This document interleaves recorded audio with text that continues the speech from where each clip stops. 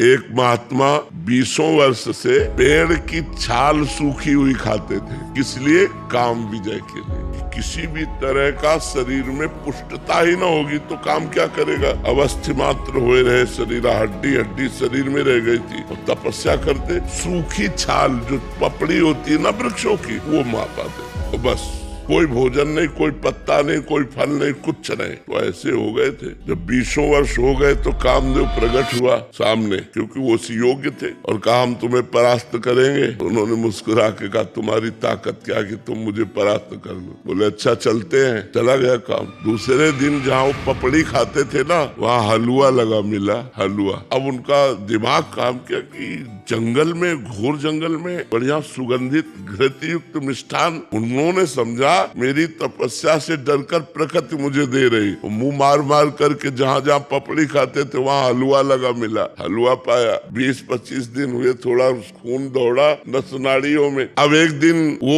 उस अपने टाइम से जाते थे उनका हलवा, तो जो टाइम से गए वहाँ पाने के लिए, तो देखा एक 16-17 वर्ष की लड़की हलवा लगा रही। वही भयभीत होने का वो नाटक किया। बोले भयभीत मत हो, भयभीत मत हो, शांत रहो, नजदीक आओ। जी ही देखा तो कमल नयनी सुंदरी छम छम करती हुई पायल। महाराज ने कहा कि तुम डर क्यों रही हो निडर होकर, ये हलवा तुम लगाती थी? हाँ महाराज, आप जैसे तपस्वी की सेवा हमारी सामर्थ्य कहाँ की आंख मिला के कर सके कि मैं आपके सामने जाके हलवा परोस सकूं, इसलिए छुप छुप के। बोले आज से छुपने की जरूरत नहीं है और पेड़ में लगाने की जरूरत नहीं, सीधे ले आया करो पात्र में हलवा। 10-5 दिन और हलवा पाया सीधे। अब तो काम वेदना अंदर जागृत हुई। उन्होंने कहा देवी तुम्हारा ब्याह हुआ है? तो उनका नहीं महाराज। बोले मेरा भी नहीं हुआ। तो बोले मैं आप जैसे महान तपस्वी को पति रूप में प्राप्त कर सकूं ये तो मेरा सौभाग्य है। तो उनका फिर बोले एक शर्त है, हमारी माँ जंगल के बाहर रहती है और उन्होंने कहा पति वही बनेगा जो अपना मुंह काला करवा कर हमें पीठ में बैठाल कर वहां तक ले जाएगा। बोले कर सकता हूँ।